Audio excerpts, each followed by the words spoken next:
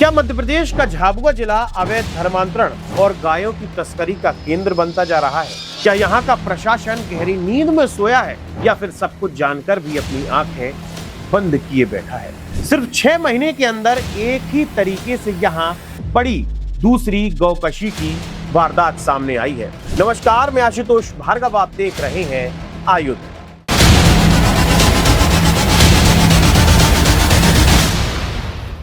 जब मेघनगर के जामिया ग्राम पंचायत में जंगलों के बीच एक चर्च के पास गायों को काटा जा रहा था, तब प्रशासन को इसकी भनक भी नहीं थी।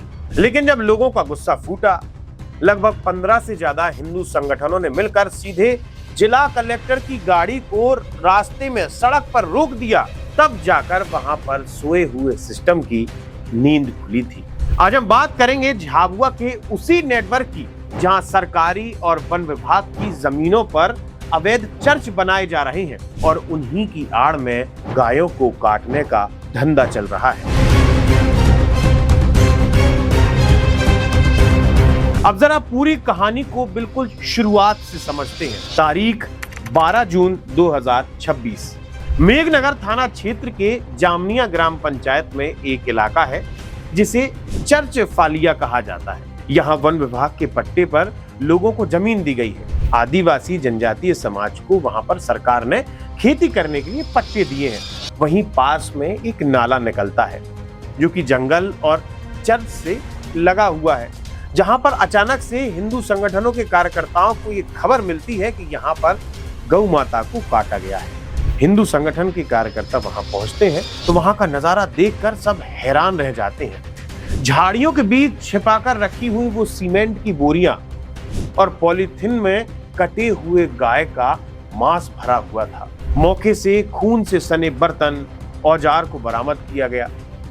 सींग, चमड़ी, कुल्हाड़ी और तेज धार वाले चाकू वहां पर बिखरे पड़े थे।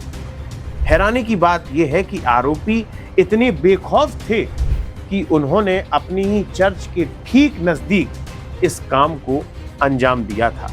जैसे ही ये मामला सामने आया, वैसे ही पुलिस प्रशासन ने इस मामले में सुनील डामोर, खाजू डामोर और मन्नू डामोर के खिलाफ नामजद एफआईआर दर्ज की है। स्थानीय लोगों और संगठनों का सीधा आरोप है कि इनमें से 2 आरोपी पास्टर हैं, मतलब प्रोटेस्टेंट चर्च के सेवक हैं, जो कि चर्च की आड़ में धर्मांतरण का ये काला धंधा चलाते हैं और पार्टी कराने के नाम पर क्षेत्र की अलग अलग स्थानों पर गौ माता को काटा जाता है। आपको जानकर हैरानी होगी कि झाबुआ में ये कोई पहला मामला नहीं है जहां पर अवैध तरीके से गौ माताओं को काटा गया हो।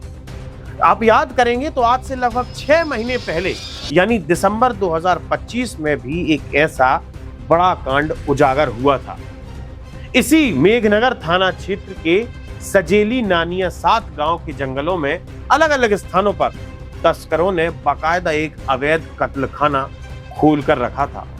उस समय भी प्रशासन की कानों में जू भी नहीं रेंगा।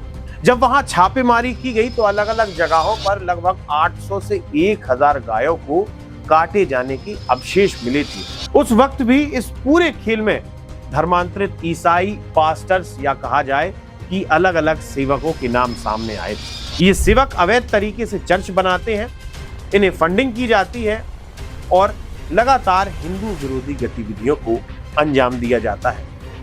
उस समय जमकर हंगामा भी हुआ था, गिरफ्तारियां भी हुई थी, वर्ग संघर्ष की स्थिति भी सामने आई थी। सरकार ने गुस्से को शांत करने के लिए झाबुआ के तत्कालीन पुलिस और प्रशासनिक अधिकारियों को उनके पद से हटा दिया था।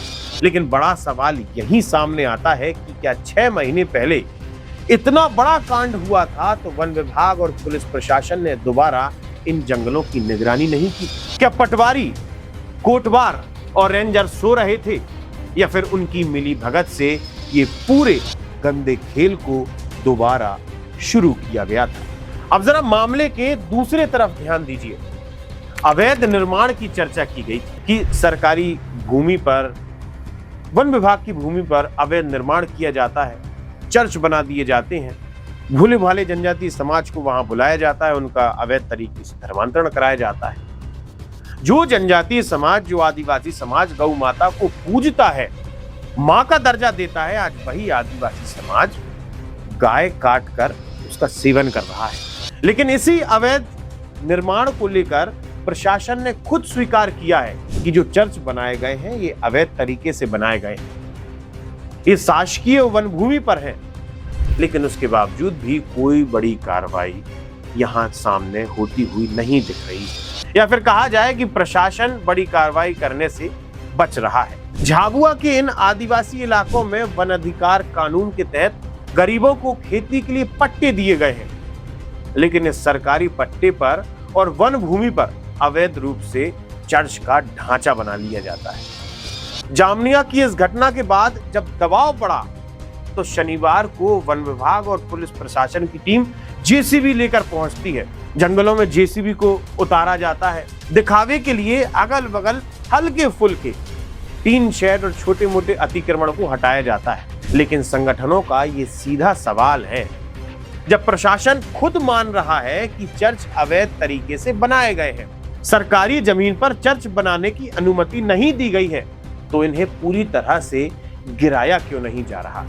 जब हमने वहां के स्थानीय लोगों से बातचीत की और जिस समय आयुक्त की टीम भी झाबुआ में धर्मांतरण की स्टोरी कवर करने पहुंची थी, तो वहां के लोगों ने बताया कि ये जो चर्च है जहां पर इस प्रकार की घटना को अंजाम दिया जा रहा है, इसे आज से 3 साल पहले सील कर दिया गया था, ताला लगा दिया गया था। स्थानीय एसडीएम आए थे, उन्होंने ताला डाल दिया था कि ये जो चर्च बना हुआ है यहाँ पर आज के बाद प्रार्थना नहीं की जाएगी। और सिर्फ यही चर्च नहीं बल्कि झाबुआ जिले के ऐसे दर्जनों चर्च थे जिन्हें सील किया गया था। लेकिन प्रशासन आता है, इन चर्चों को सील करके जाता है और लगभग 1 महीने बाद ताला तोड़ दिया जाता है और यहाँ प्रार्थना फिर से शुरू कर दी जाती है। अब ऐसा नहीं हो सकता ना, और ये प्रशासन की थोड़ी ना जिम्मेदारी बनती है कि जिन स्थानों को उन्होंने सील किया है, जिन चर्चों में धर्मांतरण का काला खेल चल रहा था, उन स्थानों पर लगातार जांच कराई जाए, उन पर निरीक्षण किया जाए कि असल में जिन ढांचों को हमने सील किया है वो कहीं ताले तोड़कर वहां फिर से प्रार्थना तो नहीं होने लगी। ये थोड़ी ना प्रशासन का काम है। प्रशासन का काम है नेता नगरियों की सेवा करना और जो महत्वपूर्ण मुद्दे नहीं है उन पर ज्यादा ध्यान देना। और यही वजह रहती है कि ये कसाई, पास्टर या सेवक प्रशासन के इन कानूनों की धज्जियां उड़ाते हैं और दोबारा ताला खोलकर अपनी गतिविधियों को शुरू कर देते हैं। अब जाहिर सी बात है कि पूरे मामले पर राजनीति गर्मा चुकी है। मध्य प्रदेश में गाय और धर्मांतरण हमेशा से ही एक बहुत संवेदनशील मुद्दा रहा है। इसको लेकर के कानून भी बनाया गया है। लेकिन जब कोई भी धर्मांतरण करता है या कराता है, जब कोई भी गाय काटता है या कटवाता है, तो उसके ऊपर कार्रवाई कोई कठोर तरीके से की गई है ये नजर नहीं आता।